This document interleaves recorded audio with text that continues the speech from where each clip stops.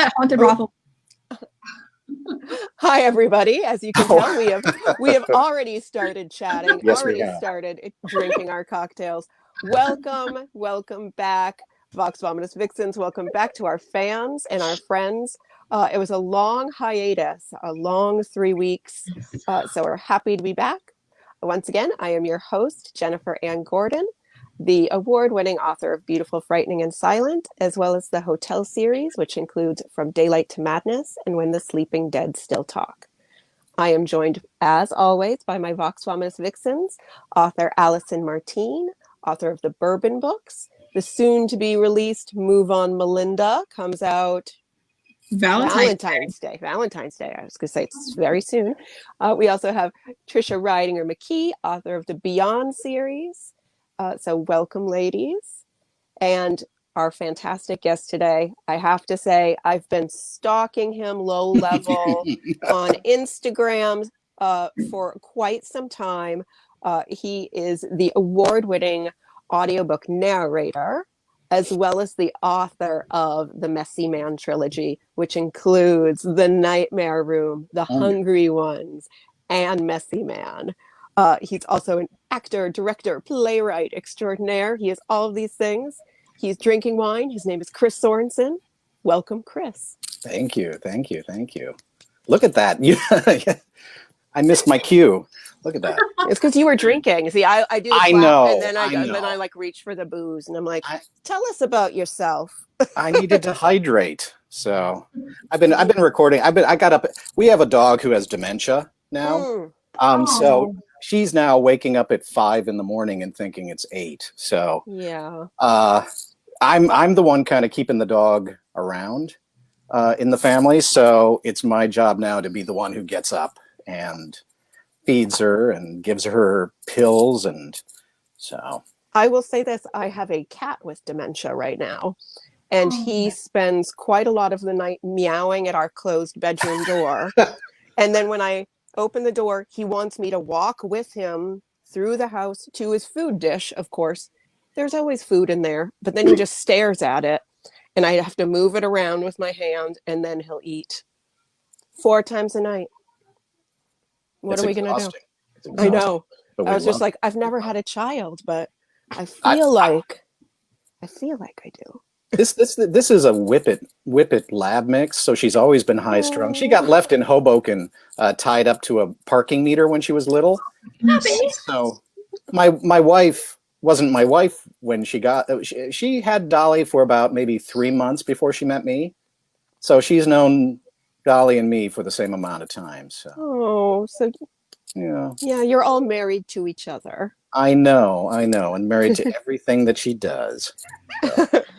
Well, so you've been up since 5. I have been, and I'll be up late tonight too. So yay! Yeah, so I want to talk to you obviously about your writing work, but I love the fact that you're an audiobook narrator.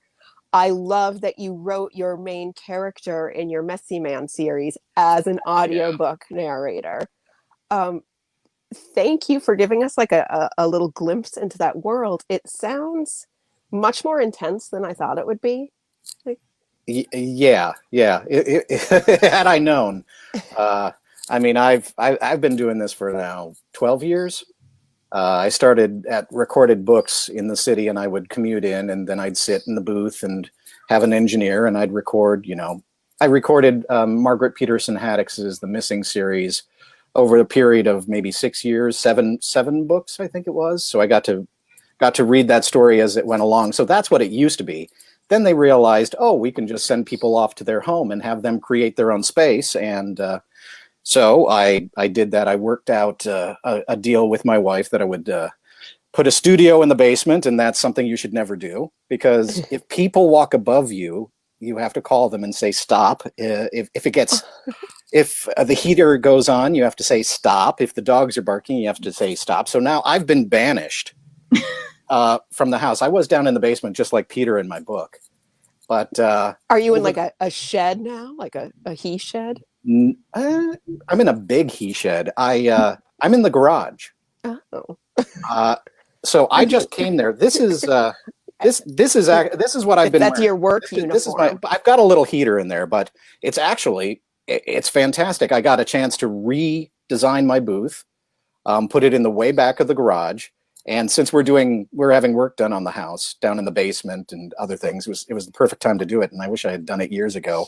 I could have saved a lot of therapy. Oof. But yeah, I've been doing it for 12 years, and I've even done these Audible contracts where you work for 13 weeks and you produce anywhere from 10 to 15 hours of finished audio a week. Boom, boom, boom, boom. So that's how I got. I'm like 260 audiobooks now that I've done, Wow. something like that, Crazy. and it's still going. So nobody needs to hear Chris Sorensen that much. I know that. We do. We do need to hear. Not you. even my mother. I gave her an Audible subscription for Christmas, and she said, "Oh, I'm going to get all your books." I said, "Don't, please." No. So, I was just going to say, we probably have the same question. Well, I was Actually, just going probably to say, Jen and I have been talking about how much the narrators matter. I am an audiobook addict, and you can take a great story and wreck it with the worst narrator. So we just are like, thank you for bringing it as like a main character so that we see what the person does and we get a little glimpse of that world. But are you in a pod? Do you have to go in a little pod like that? I'm imagining you all encased like a cicada. I've got a thing called a whisper booth. Okay, so tell us what the whisper booth is like. Whisper room. It's 4 feet by 6 feet. Okay. Completely padded. I'm in You're in a padded cell. Go on. Small padded room. I've got acoustical tile all around. I've got my little desk, which is actually an antique school desk. One of those with the little top that opens up and down. That's and a little creepy, Chris. I'm not gonna lie. Padded cell antiques. Go on. I've got my enormous iPad. Is that what you're reading from? I read from my enormous iPad because of audiobooks and reading those. I've moved to glasses. I don't think I would have done that without this, but that's fine. No, and I've got a little heater in there. I've got my sound equipment, my $3,000 microphone, and that's Mine was like $27. Is that a Rode? I like. It's the quality yours is. I like that. Because I'm always afraid that something's going to happen to this thing. Well, I used it in the studio, and it just hits that range of my voice perfectly. I don't need anything above or below, so I was already familiar with it. It's annoying. So back to musical theater, you're not singing falsetto through half of these? You wouldn't want to hear me sing. I took 4 years of singing lessons to learn that I can't sing. Oh, that's sad. I think there's a misconception with theater people. Yeah. As I am also a theater person. I love musical theater. Can I sing? I cannot sing. I went to school for theater, but no singing. People are like, well, what does that even mean if you go to school for theater and if you don't do musical theater? I'm like, well, there is Shakespeare. Hello. And vocal exercises and crying on cue, sitting in circles and just staring at other actors and just feeling it. They're like, oh, yeah. I've been away from that for a year. I can't remember how that works. So, Chris, I'm assuming 260 audiobooks in, do you pick and choose the projects you want? Do you get handed books? Yeah. Okay, so the only books I've chosen to do are yours.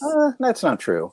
I've done a few history books for people who I did their first history book for a company, and then they said, hey, could we have you do it for us just on the side, do it through ACX? And I said, yeah.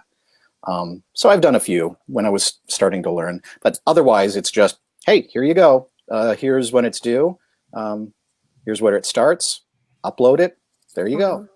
So I'm in the early stages of getting my books turned into audiobooks, and I did go through ACX too. And I was just astounded with the amount of people within like 2 minutes of me putting up my book for auditions. Yeah. Just bombarded. It was overwhelmed. I had no idea. It's throwing breadcrumbs to a flock of pigeons. It's just yeah, it was immediate. But it's been an interesting process. So have you ever, out of 260 books, done narration for something that you just thought was not good? Our show is called Vox Vomitus, so we try to talk about like not good in what way? I've done books. I've done books that pages were missing, and I've been told just keep going. Okay, I was going to say, when pages are missing, what do you do? It's only happened that once, and because of that, I paid very close attention to this book, and I won't tell you what it is. Who? Nope. We don't gave it to me, but I mean, the main character's name changed a couple times. I mean, it was. I said, "Are you sure you had the final?" It was a final. It was a final. So that, I mean, there's that. I have turned down a few books just because I went, I don't really want to read about it. Okay, what kind of stuff do you say this is not for Chris? If it's widely political on either end, I mean, if it's just boom, I like to talk about physics and quantum physics, and right now I'm talking about the future of work and how work's being disrupted, and I like doing mysteries and science fiction and young adult titles. I like doing orcs. I like doing I do a lot of mice and bats. I do like bats at the beach, and I want to hear a mouse. I don't know what even to say. My next book that I'm going to be reading is Paul Tremblay's The Cabin at the End of the World. Oh my it's gosh. going to be wonderful. It's better than cheese. Now I think I would like to commission you to read Cabin at the End of the World as a mouse, just because that would be the only way to lighten that book up. This is a shameful bit on my part. I have not read it yet. And so, that's and okay. Get out. I had to laugh and say, can you do the foxes and do the foxes from Survivor Song? The rabid foxes. The foxes don't have lines, so it's yes. Well, there's an Instagram account with all these boxes. I love it. Yeah. They have to talk like this. I'm rabid. Yeah, you are. Unfortunately, I don't get to do any of those voices in this book. So. No. So I love that you're saying you like to do YA and you like to do, creatures and orcs and things like that. But then your writing, I'm really only familiar with the Messy Man series, right. And is not orcs and adorable mice. It is very, very dark, and truly, as a horror person, I don't easily get terrified anymore. I'm just like, I'm not terrified. The Nightmare Room terrified me. Same. It was a very interesting process to getting to the finished product. It was actually there was a director who I met with over the course of a year, who I was developing a screenplay with, and it was somewhat like this. The idea that I came up with was a little bit like this. Peter was in it and Hannah was in it, but there were a lot of other characters and a lot of other storylines. And when that finally didn't go through, I went, I've done all this work on this story. I really need to sit down and go back to what really made me interested in telling this story. And so I went back to the guy in his booth, the guy, the kid in the basement. And I was writing this Crayons. in this office. This is my wife grew up in this house, and we live on the lake out in New Jersey. I see the pictures because I stalk you. Well, I mean, where else? Not. But in the room right behind me, it's a bedroom. Her elderly aunt lived there when we moved in with her nurse, and she passed away in the room right next to us. So that was going on while I was writing The Messy Man, and it started bringing up memories of my father, who had a brain tumor, who died of a brain tumor about 12 years ago. And the changes that he went through after the surgery. He was a completely different person after the surgery. And so, I mean, monsters, yeah, I'm sure one could scare me. But people who who are suddenly out of their mind, who are suddenly different, who are debilitated, is terrifying to me. And since I've met my wife, we've had we've cared for a lot of elderly people, and her mom just passed away this last year. She was actually in the home that was on the program. It was in the news for having so many COVID deaths early on. And walking through those doors and seeing that world and seeing people in a diminished state I want to really play around with it. So there's a lot of, in all three books, it's kind of an autobiography. Yeah. In different characters, I steal different parts of myself, and I kind of hide it in there. I put different pieces in there, but yeah. Yeah, so that was that section of my life when I was recording downstairs while a woman was dying upstairs. So I love the book so much because, like you said, your big fear is somebody changing overnight, like that. Mm-hmm.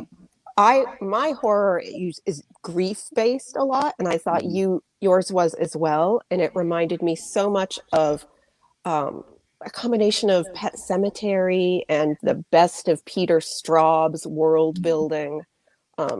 It's just magnificent. Well, I knew whenever you reach out to anyone to say, hey, will you read my book? Will you take a look at this? A lot of people now have little check marks like, do you kill an animal in it? Is there death of a child in it?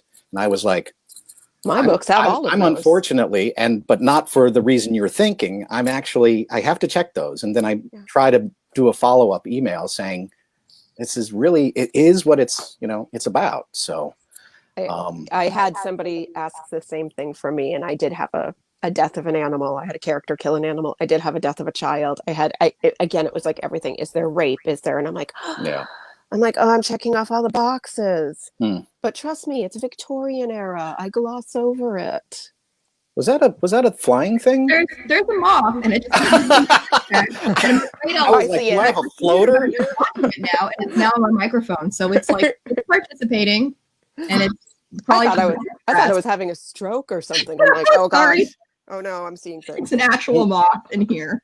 It's because Allison lives in California, where not everything is a frozen tundra of despair. Yeah. It's a sunny tundra today, but it was 50 when we woke up, and it was 85 by noon.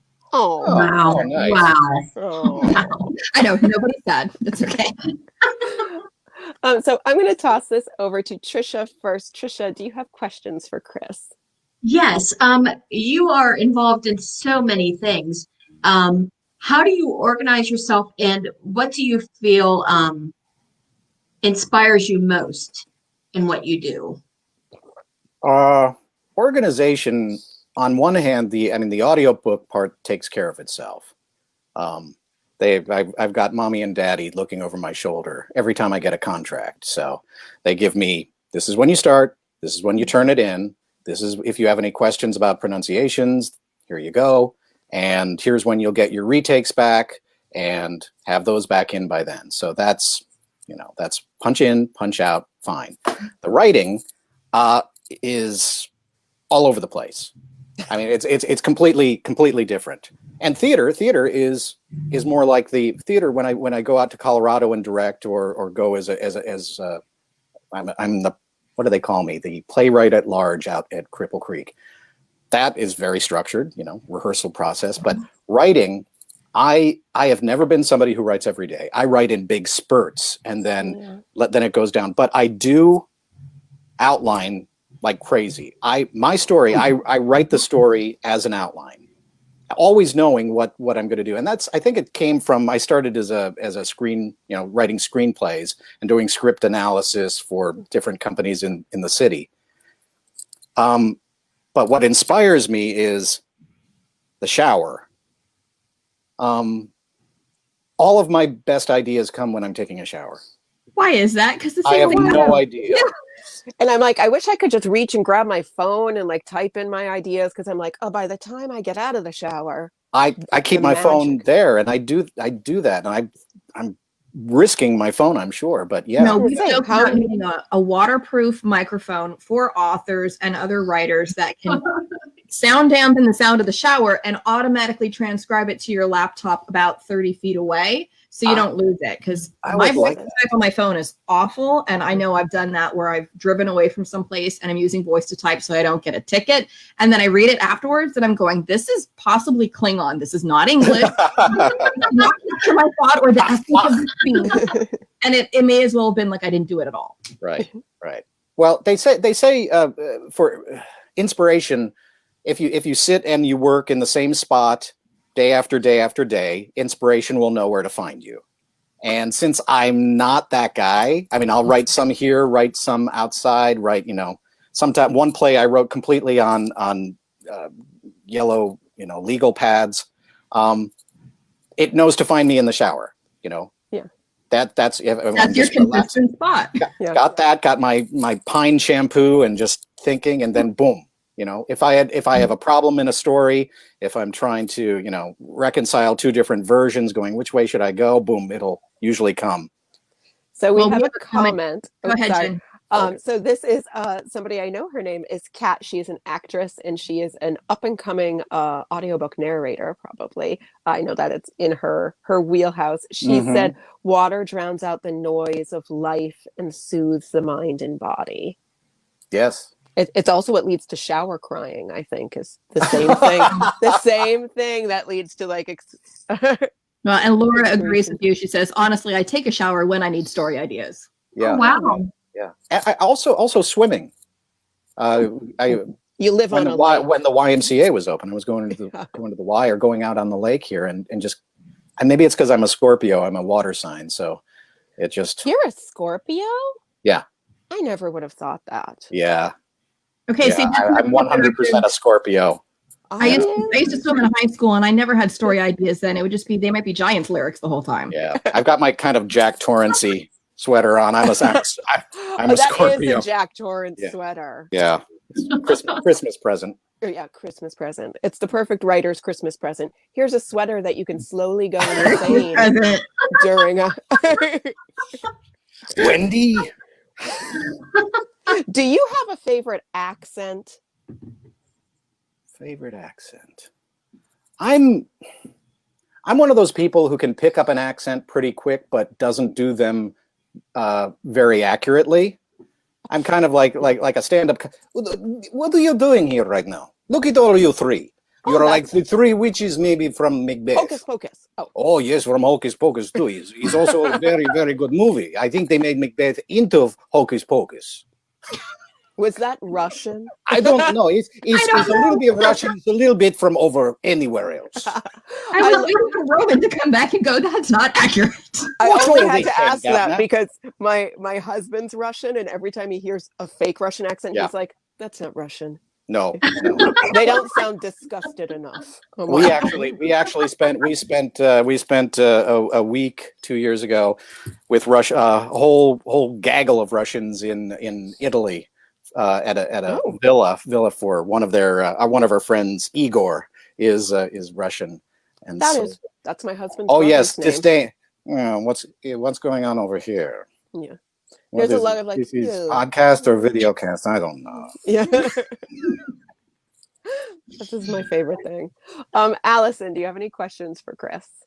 Well, before we went live, we were already talking, and I asked Chris what he was drinking, and he was explaining you were drinking wine. Mm-hmm. Tell us why you were drinking wine and why that was your choice of beverage, not just because it's COVID and no one can go anywhere. Right. Well, I like to dry out my throat. I don't know if I'm supposed to, but maybe it's the tannins.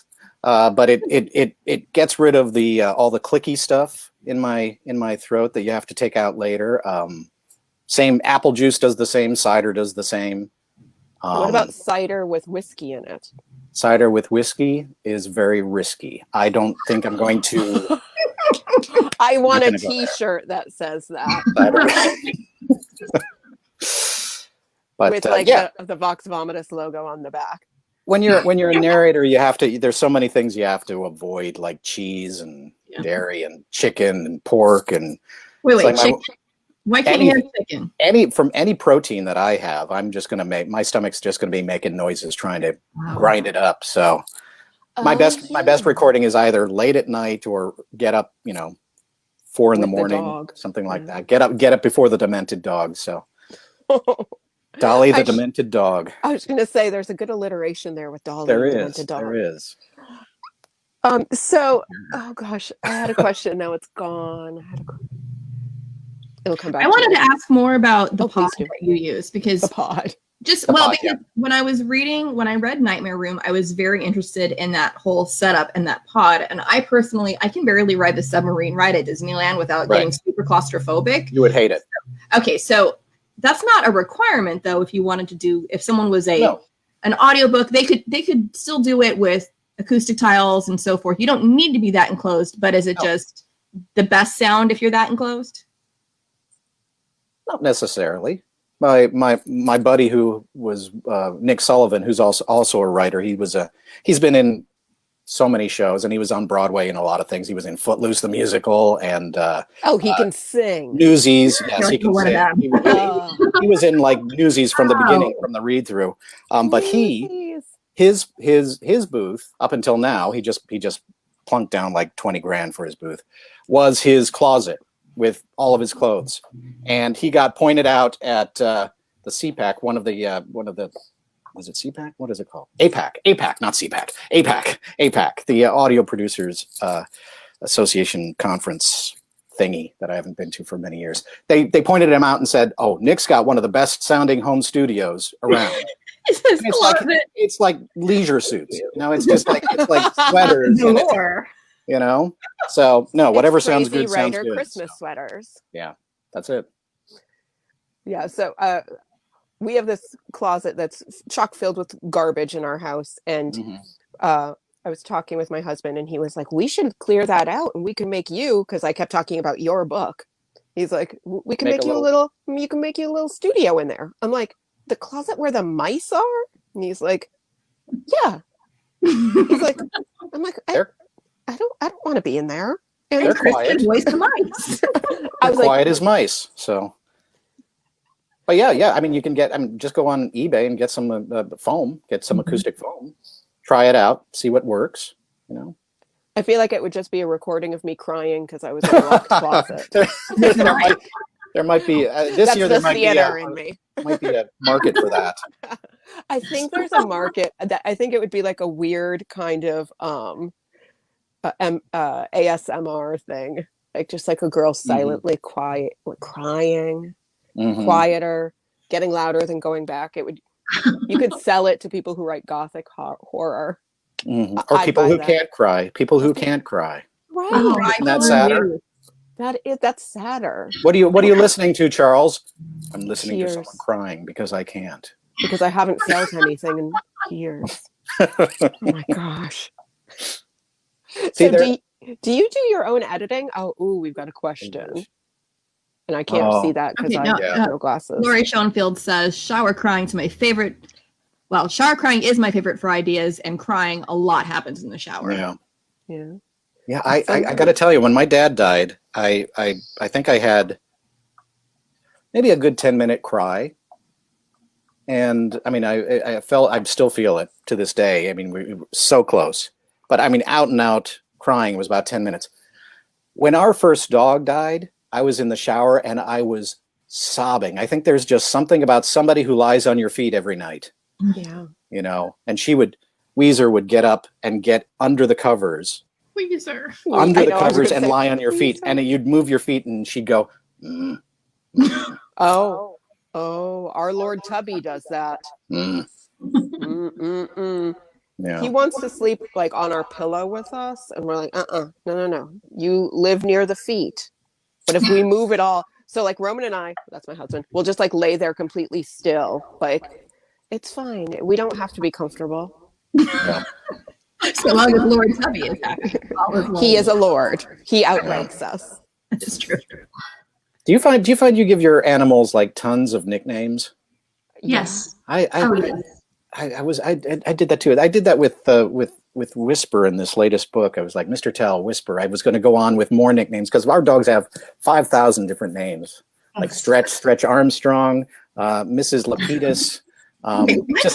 Mrs. Lapidus and Mrs. Hendershot are our two dogs. It's Dolly and Lucy are the real names, but depending on what they're doing, they get a different name. So our Lord Tubby, he's also called Ding Dong, Baby Ding, the Bebe, Mr. Ding. Our cat is named Jimmy, but sometimes I call him Mrs. Meowsington. Oh my! See, this is a whole episode. Yeah. I'm like, this is a whole podcast could be based on as you're chugging the wine. And yeah, this is what I'm on my break. I'm on my break. And Chris, I wanted to know if the gloves you're wearing now, did you steal them from the cast of Newsies? Is that where you got them? Yeah. No. I like these. These are my attempt. These are my kind of my Doctor Who-ish attempt. Kind of yeah. Are those hand snipped fingers off, or did you buy them like I that? bought them like this. I bought them. Oh, like on Etsy. It's not real authentic street urchin. Yeah. That's what I have. Like an extra from like. I've never liked covering my fingers. I mean, even if it's colder, no. So band geek background, we used to wear white gloves, but woodwinds, we had to have our fingers cut off. So you'd have to sit there snipping all your gloves. So sit there. But I also was a handbell player. When I play handbells, you have to have the gloves covered because you were not allowed to have your oils touch anything. Right. So if I was missing gloves, I'd have to go cut them and then have to go buy new gloves again because it was like this cycle of continuing to snip the fingers. You could not switch them back and forth. Oh, trombones didn't have to do any of that. You don't even have to do anything with your fingers. You guys are just like, slide around. We're done. And if you hit a note, you're fine. Maybe. If you don't, that's okay. Is this the right stop? Maybe. As long as it's loud enough, people are just like, good for you. You did it. Good job, trombones. All 76 of you. We're going to get hate mail from trombone players right now. And for people watching musicals. And for people watching musicals, it's not like we openly said Russell Crowe sucked in Les Mis on air until right now. No, you did that. You did that before. You did that before you started. But now I wanted it on the copywritten record. Jen, now we're never going to get Russell Crowe on the show. There's that. I missed my chance. Chris, I want to know what you're working on now, because you were saying stuff about all the stuff you're doing, including the plays that you were writing. Right. And I'm assuming, do you write a play and a book at the same time, or do you kind of pick one and go with it? I usually, if I'm writing a play, I'm outlining a book. Okay. So, and if I'm working on anything, if I'm writing something, I'm outlining something else. You don't feel like you're cheating on one project with the other? Yeah, I do. But were you raised Catholic? It's fantastic. No. My grandparents were Mennonites. No wonder. Mennonite missionaries to India. So my mom grew up her whole life in India. So I make a mean curry. So I guess before I go to Cripple Creek, Colorado, I'll go visit you for some curry. It's good stuff. And your lake house. It's good stuff. Well, I just want to know Dolly. My mom passed on a Mennonite county cookbook because my side is, Pennsylvania, but my mom's side is very close to Amish country, and she has like the whole. I just got mine in the mail. And I have the heart. Hold on. There's a recipe in there for some good chow chow. Is this it? No, see, mine's even older. Mine has like the what are they called? No, I'm forgetting. Like the hex signs. Yeah. The hex is on the front. Yeah, but I don't know. I'm not sure what happened to half of it. That and the Joy of Jello. I want to know where that was. Joy of Jello. We were both looking for it, but we want the Joy of Jello cookbook back. That sounds like a Jeff Strand book. Sorry. That was a weird connection. Sorry, go on. Keep talking about the Mennonites. Outlining a book while writing a play. Yeah. And then doing all that stuff. And how do you jump back and forth? Different programs. I use Final Draft for the plays, but I have different music. I'll always write to music. So nice. I've got tons of screenplays and soundtracks, and Spotify is killer for finding new stuff. I just read a book about the creation of Spotify. It's fascinating. Did you read a book into a microphone? Like, did you read a book into a microphone, like narrated a book, or you read a book for fun? Okay. Just for Tantor Audio, I just read a book about Spotify. It's amazing. Is it out yet? No, it's not. Have I gotten the retake? I just got the retakes for that one. Okay, we'll be looking for that because that's a lot of Swedish pronunciation. Oh my gosh, is this it? I mean, this is like walking through IKEA and reading the catalog. This is not even. This is it. Is this it? It's like pages and pages of Swedish pronunciation, over and over. But I did take 2 years of Swedish, so it was a little easier. Oh wow! Nothing går tunget. Whoa! But I didn't have to. I don't have to write. I don't have to write a play this year, because nothing happened. Because nothing happened this year. So the great pause. Yeah, 3 plays going up this year, fingers crossed, including the Haunting at the Old Homestead, which was my version of an Agatha Christie / haunted house murder mystery. So single set, lots of ghost effects and like almost a steampunky kind of Ghostbuster guy. Lots of a whole seance scene and all sorts of stuff. So you just said all of my things that I want checked off. It was you have no idea what I mean. The theater is it holds about 350 people. It's an old Victorian theater that's been renovated. Nice. And being there, I was there for the last week of rehearsals for any script changes, but being there for opening night, sitting there with a crowd of people seeing your play go up, and all of my plays, since this is Cripple Creek, they all have musical accompaniment. There's all underscoring, so it's basically a soundtrack that goes through the whole piece. And we work with the musical director, who's a great musical, Jamie Mablin, who's from England. He does all the underscoring for it. And with the fog rolling in and all the great, it's anything. It's like going to a haunted house, but you made the haunted house. Oh my gosh, that is. I'm sorry, I just geeked out because that's the most beautiful thing that I could imagine. It is like so going fun. to a haunted house, but you made the haunted house. Well, they've let me do. They're always so fun. Every Halloween I get to. I've done an adaptation of Frankenstein. I've done an adaptation of Dracula. I've done an adaptation of Jekyll and Hyde. I have done an adaptation of what else? A lot of things. I did a Werewolves of Poverty Gulch. So well, I did a burlesque version of Edgar Allan Poe's The Raven. So Nevermore. I feel like some of the audience thought that too. Well, I'm picturing the end of The Crows Have Eyes, the crowing, and she's my spirit animal. Yeah, that is your spirit animal, and you're doing it like Moira Rose. So I'm a little concerned. Just a little with this burlesque. Once I saw Schitt's Creek, I thought I definitely did the wrong take on The Raven because we definitely played it for like weird, sexy bird. And I know that those words should not go together.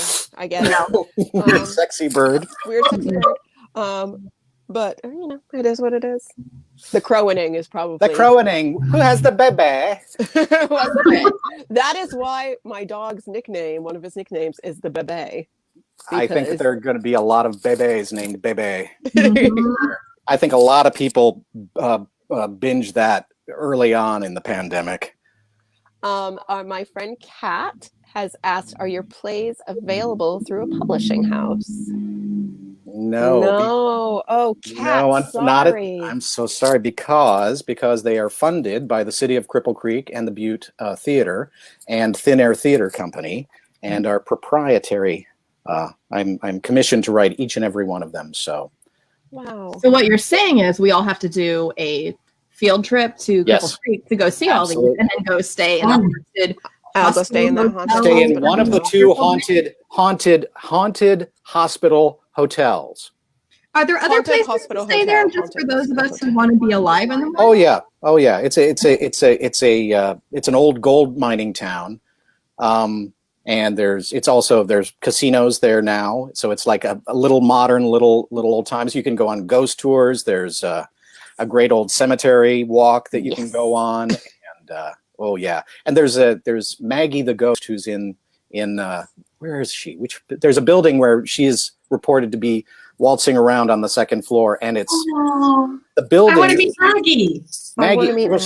She lives in this building that used to be Lampman's mortuary, and when you go down into the bottom floor where you eat, there's a little restaurant down there. It's all brick wall, and there's a few bricks that are missing on the bottom.